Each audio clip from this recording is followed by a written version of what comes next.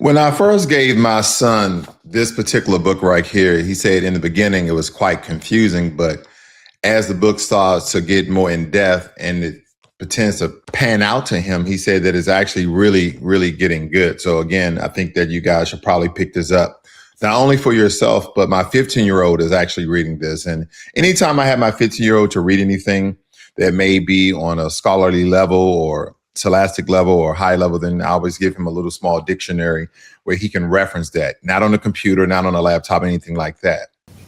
It was perfect.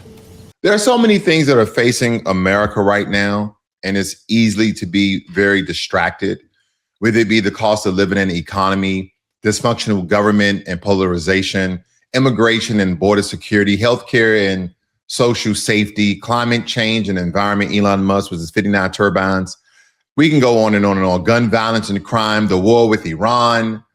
Oh my God! The number to me is 6.6, that is. That's the Black unemployment in America right now. And the national unemployment rate for everyone else is 4.2%. What?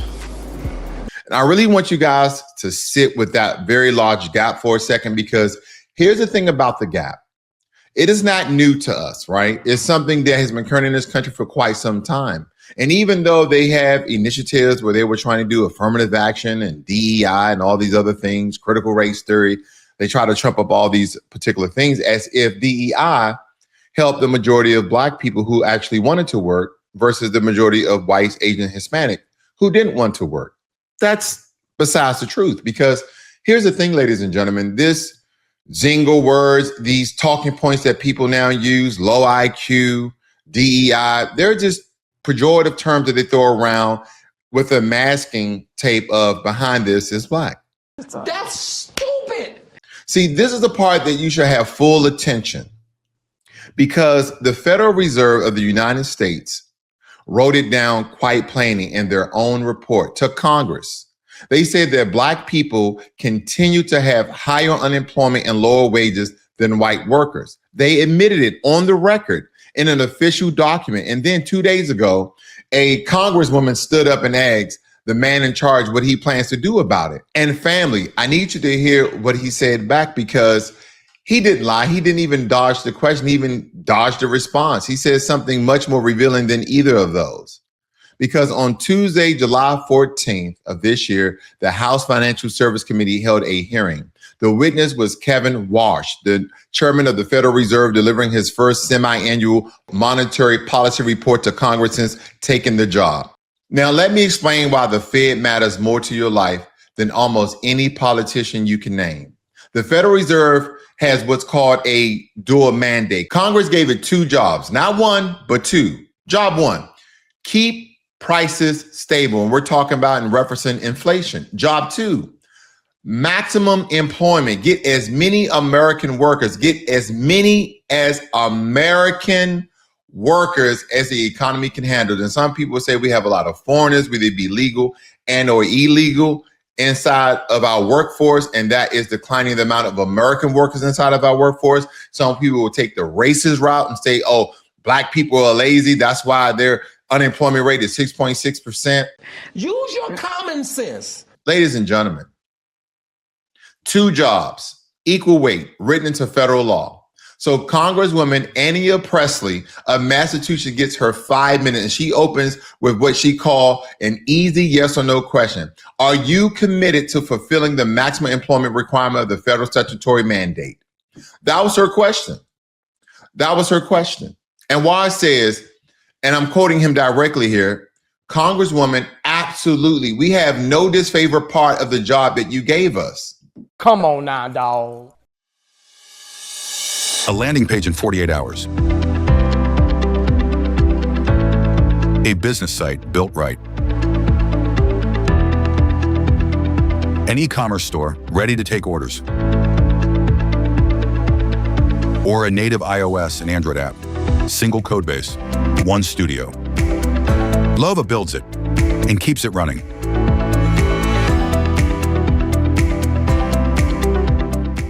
Price stability and maximum employment are not an either or proposition. I'm committed to both of them, he stated. And that was a good answer, clean, confident. Now watch what happened next, right? Because Presley lays out the numbers. Hundreds of thousands of people pushed out of the federal workforce since Trump took office. Overall, unemployment at 4.2%, higher than when Biden left office. Black unemployment at 6.6%. And then she says something I want you to really write down and remember because it's the whole ball game. If a problem of the magnitude was happening to any other group, we would do the analysis and we would have a plan. She points out there are roughly 700,000 unemployed Black women in this country right now. 700,000, ladies and gentlemen. Damn near a million. And then she asks the question, Chair Warsh, given the persistent racial disparities in unemployment, will you commit to confronting these workforce challenges that Black workers are forced to endure? Here's his answer word for word. The U.S. can ill afford to leave any individuals behind. The economic opportunity, which is essentially for America's growth trajectory over the next 5 to 10 years, means that every American needs to have opportunities to be productive. Are we talking about H-1B visas? Are we talking about all the jobs that they've pretty much outsourced to overseas? Again, I'm just asking for millions and millions of America, especially foundational Black Americans. But do we need to have these opportunities to be productive? She asked about Black workers specifically. He answered about individuals. She asked about a documented racial gap. He answered about productivity-led economic growth. She pushes, right? She says, I want you to come brief the Congressional Black Caucus on your strategy specifically for the Black worker. And he says, and this is the sentence no less, this is the one, American workers, no matter their background, have my commitment to do what we can at the Federal Reserve to make sure they have all the opportunities in front of them, regardless of any characteristic, he stated. What the hell? And then the committee chair cut her off. Time expired. I invite the chairman to answer your question in writing. Now, here's where I need y'all to slow down because I'm going to be fair, and being fair makes this worse, right? Not even better that you would like to believe. Warsh isn't wrong about everything. The Fed's tools are very blunt. Interest rates are a hammer. The Fed can't hire people. It can't enforce anti-discrimination laws. It can't hand out job training. There are serious economists, including people who've written for the Fed itself, who argue monetary policy plays no role in closing demographic employment gaps, and that closing them takes public policy, education, training, direct employment enforcement, all of these things. That's a real argument. I won't pretend it isn't, right? Because here's a problem, family. Nobody asks him to hire anybody. Presley asks him for two things. It isn't fair. Do the analysis and bring the caucus analysis and a meeting. That's it. That's what got the non-answer. Everybody is trying to act as if there's not a racial component in all these different sects of America, right? Let's say, no, let's not talk about race. Let's just talk about the American people. I would love just to talk about the American people. I would love to talk about the Black American people, the white American people, the Hispanic American people, the Asian American people, the Pacific Islander American people, the Native American people. I would love to talk about all of them in one category called American. But unfortunately, we understand that that's never been the America that we have lived in, unfortunately, right? We either be immigrants or it be the racial component and demographic towards Black Americans. Ladies and gentlemen, we got to be real about this. Stop it. Get some help. So when you don't target the problem and you just kind of comb over it, you throw a blanket or a cover over like, oh, it's just going to encompass everybody. Similar to what Kamala Harris was talking about, the Lift All Act. If you're at the bottom and you lift everybody up, where are you at? If Black people are at the bottom, and just as a side note, we won't count Native Americans that are part of the 500 federally recognized tribe that get supported by the federal government and get government tax dollars to support them in their sovereign lands that they gave land to. We won't count them. But if Black people are at the bottom, then you have Hispanic people, then you have white people, then you have Asian people. I'm talking about the economic attainment and the salaries that we look, how majority of one demographic is making more than one. I'll be realistic here. And you say, hey, I'm going to impose the Lift Act.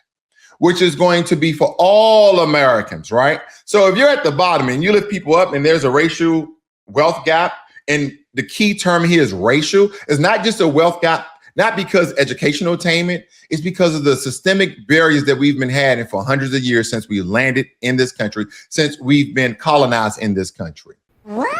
So regardless of any characteristic sounds fair. It sounds neutral. It sounds like something you can't argue with, but you cannot fix a gap you refuse to name. If the Fed's own report says that the gap exists, and it does, then I'll treat everybody the same isn't a policy. It's a way to end the conversation. And here's the thing about a hammer, right? Since we're using this particular metaphor, when the Fed jacks up rates, that hammer doesn't land evenly either, does it? It never has. The last people hired are the first people fired. Today, only hours after. That's the documented history of every Fed tightening cycle in the last 50 years. The twos are colorblind. Going in, the wreckage isn't colorblind. Coming out, is it not? Because we understand who always comes out with the wreckage. You can't claim the two is race neutral when the damage isn't. See, the damage has been done, but you don't want to make but now the tool to fix it is race neutral. That means those people are still damaged. So let's back up a little bit. Let's go back. Where did this gap come from, right? Because this didn't fall out of the sky. In January of this year, the Joint Center for Political and Economic Studies, the oldest Black think tank in this country, released its annual report. They call it State of the Dream 2026, from regression to signs of a Black recession. Okay. Again, think about that. From regression to signs of a Black recession. Not concerns, not headwinds, a recession. Here's what they found. Black unemployment went from 6.2% in January of last year to 7.5% by December of last year. And here's the context that makes that number land. 7.5%. If that were the national rate, would signal a recession for the entire country. Think about that. Because as I stated before, the national average of unemployment right now is 4.2%. But if that was the national average, they would make all sorts of plans. They would do bailout plans. They would give money. They would create jobs out of thin air. They probably would help the education system to change their curriculum for people to start doing jobs in STEM and start learning jobs in STEM and start learning about AI and all these other things that we're dealing with right now. So I really want you guys to think about what that means, because Black America hit recession level when it comes to employment, and the country called it a good economy. President Trump, during the State of the Union, said we're doing just fine. Oh, yeah, we're doing just fine. America's doing great. I mean, unemployment is down, employment is up. I don't know what demographic he was talking about. Maybe he's just talking about the national average, right? Because again, no one really dives into the numbers. So that's why we're here on Blacklogic, and we're going to dive into the numbers, right? So again, this is coming from the U.S. Bureau of Labor Statistics, a federal government website. And we're looking at the white demographic first. In June of last year, their unemployment rate was 3.8%. In June of this year, their unemployment rate is 3.6%. Okay, we'll go down to Black Americans. Unemployment rate of last year is 7.2%, and unemployment rate is 6.6%. And some people are like, hey, you guys doing a lot better than you let off. When it comes to unemployment rate for Asians, we had 3.9% last year, and we had 3.9% this year. So virtually no change. Okay, virtually no change when it comes to Asian Americans. But when it comes to Black Americans, someone would say, well, we're doing a much better job. Now, look at the fluctuations here. We can look at an aggregate average of all of these particular numbers, but we're going to see that it's roughly going to average around 6.6, 6.8, somewhere in between those numbers. So it has not been looking good for us. Then we have to look at, again, the vivid details of our particular demographic, because Black youth unemployment in that same stint swung from 18.6% in September to 29.8% in November, so roughly 30%, then back down to 18.3% in December. Damn near 30%. That's not a labor market, ladies and gentlemen. That is a roller coaster with people's rent on the line. Oh my God! Wow! And the report identified that the mechanisms, that is the part that really matters, right? Roughly 271,000 federal jobs eliminated in under a year. And before those cuts, Black Americans made up nearly 19% of the federal workforce, far above our share of the overall labor force. Family, that's not a coincidence. That's arithmetic. Now, for generations, federal employment was one of the few doors in this country that didn't slam in a Black person's face. And it really didn't matter what administration you was in, whether it be Republican or Democrat, right? The post office, the VA, public health, civil service exams were the score. It was the most reliable ladder into the Black middle class that the country ever built. You know that term that when they talk about Hispanics doing construction and picking fruit, that nobody really wants these jobs. No American wants these jobs, whether it be Black or white. The same thing goes, right? We're going to use that same stereotypical narrative. That same stereotypical narrative actually happens between corporate America and government America. A lot of white people who had bachelor's degrees and master's degrees and some with PhDs or a plethora of different certifications, they didn't want to go work for the federal government because the federal government or the state government really don't make that much money. The majority of white people, when it comes to the amount and percentage of those who are in the workforce, whether it be from local, state, or federal government, the numbers are minuscule, especially on the federal level, because they understood that you don't make no money working for the federal government unless you're a politician. Because again, most politicians, senators, Congress people, they mostly like millionaires in the 3 years that they're in office. I digress. That's a whole different topic. But nevertheless, the majority of white people who are in government usually are on a state level as well as on a local level because they have their different townships and communities and neighborhoods. So they work for the government within their region. But when it comes to the federal government, yeah, we are overrepresented because they don't have the same racial disparities as corporate America because it gets your resume in. They don't have to prove to you. They don't have to answer your questions of why you're the most qualified for the position, but they don't want to hire you because underneath it all, it's just, hey, you're Black. We don't want you here working in our organization. We already have 3 good Black ones here. We don't want to have a whole gang here. We don't want to have gang violence. Got him! Because we got 4 Black people working in a business with over 10,000 people. I digress. But nevertheless, the federal government was the most reliable ladder into the Black middle class this country ever built. Yes, definitely. And it wasn't built by accident. And again, to my point, not a lot of white people who had bachelor's degrees, master's degrees, some with PhDs didn't want to work for the federal government. They know they wouldn't really make that much money. Oh, you got to be a GS 9 or 10 or 8, whatever it may be. A lot of these jobs for us in the federal government was actually fought for. So when you take a hatchet to the federal workforce, that's not a natural budget decision. That's a hatchet to a specific ladder that specific people are standing on. Now, here's where I need you to be sharp because this is where they're going to try you. Yeah. Always try to try us, right? Because Black women's unemployment rate has actually fallen this year from about 7% in March jobs report down to 5.73% by July 2nd. Now, that sounds like great news, right? The rate went down. We can celebrate, but before you do, right? Because the unemployment rate only counts people who are looking for work. I want you to listen to me clearly here.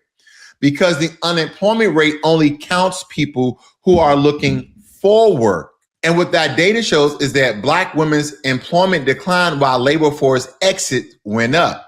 Let me say that plain, right? Because that rate didn't drop because more Black women got hired. That rate dropped because more Black women just stopped looking. Maybe they found someone to support them. Maybe they live with a family member. Maybe they found someone, a significant other, to take care of them. See, that's not recovery.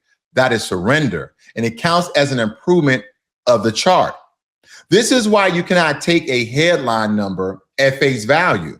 The rate went down and the situation got worse. Both things are true at the same time, and the only one of them makes the news.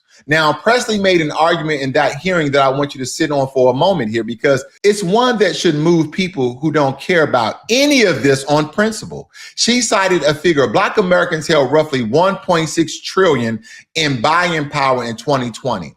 And she's citing an estimate that just 2% of Black women being fired led to roughly 37 billion in loss in GDP spending. 2%, $37 billion. Now, it's the estimate precise to that dollar. Probably not. We're probably off a little bit here or there. These are the model figures, though. And I tell you that straight, but the direction isn't in dispute. And the direction is the point, because that money doesn't disappear into a vault. It disappears from the corner store, the landlord, the barbershop, the car note, the collection plate. When Black workers lose, the money doesn't move to somebody else. It stops moving at all. That's not a plea for sympathy. That's a balance sheet. Emotional damage. See, I pulled the coverage map on this hearing across the spectrum, and what you find is that Warsh testimony got covered. Plenty of it. Bloomberg ran a live blog. CBS ran the story. The headline everywhere was some version of it. Warsh vows to tackle inflation in first testimony as Fed chairman. Inflation, that was the story. That was the frame. Left, center, and right. All of them led with inflation. Now go look for Black unemployment exchange in the coverage. Go ahead. As we looked at the statistics right here on the U.S. Bureau of Labor Statistics, it's in Presley's own press release. It's on her YouTube channel. And after that, family, it's a ghost. The Fed has two mandates. The press only covered one. And that's not a conspiracy. Nobody sent a memo. It's something more ordinary and more permanent than a conspiracy. It's an editorial reflex. Inflation is the economy, point blank and center. Awful. What enables you to... Black unemployment is a Black story. One goes above the fold. The other goes in a newsletter. But here's the kicker. The Fed put the disparity in its own report. The Fed thought it was worth writing down. The press didn't think it was worth writing up. So what do we do with this? Because I don't bring you the problems, but I'll bring you a place to put your eyes and watch for things. Number one, watch for the written answer. Chairman Hill told Warsh to answer Presley in writing. That means there is supposed to be a document, documents that can be requested, documents that can be published. If that answer never shows up, that silence is itself the story. And it's a story with a due date. And number two, watch the Congressional Black Caucus briefing. Presley asked Powell for this. Powell didn't do it, right? She now asks Warsh. If Warsh doesn't do it either, then we're not talking about one man's preference anymore. We're talking about an institutional position that survives a change in leadership. That's a much bigger finding. And number three, watch the Better Labor Statistics Act, because in March, Presley and Congressionalwoman Summer Lee introduced a bill that will codify into law the Bureau of Labor Statistics must publish unemployment data broken down by race, gender, geography, and industry on the first Friday of every month publicly. Family, understand why that bill exists. It exists because somebody is worried about the racial breakdown could quietly stop being published. And I tell you what, if you can't see the number, you can't argue about the number. The fight over the data is the fight. And then lastly, this is the big one. Back in May, Republicans moved legislation that would strip the Fed's maximum employment mandate entirely. Leave the Fed one job, inflation, right? Think about that. Right now, we're arguing whether the Fed is doing enough on employment. Strip the mandate and the argument is absolutely over because the jobs are gone. You can't hold a man accountable for a job he no longer has. That's the fight underneath the fight. So here's the big picture. A man sat in front of Congress and said he was committed to both halves of the job. Then he was shown a gap in his own institution documented, and he answered by refusing to see it. He didn't say the gap doesn't exist. He said it doesn't look at characteristics. And that's the trick, family. That's the whole trick. Not denial. Denial is too easy to catch. Why are you denying this? Chairman, we have the information right here. No. We're not going to deny it publicly. Oh, hell no. The trick is treating the gap as a thing that happens rather than a thing that is actually being done. Because if it just happens, nobody has to fix it. If it just happens, everybody's hands are clean, but it doesn't just happen. Somebody cut 271,000 federal jobs, and some people leaning towards Deutsch, of course. That was part of it. Somebody decided which ladder to kick. Somebody decided which number leads to coverage and which numbers goes in a press release that nobody reads. Those are the decisions, and decisions have names on them. So don't get mad. Let's get precise. Know the number 6.6 versus 4.2. Know this particular mechanism. 19% of our workforce cut by 271,000. Now the trick, a rate that falls because people quit looking. Oh my. We have to understand and know the end game. A bill that deletes the mandate so nobody ever has to answer this question again, because they are counting on you, knowing the outrage, but not the arithmetic. Outrage that can wait out. Arithmetic follows them into the hearing room. They hate statistics, do they not?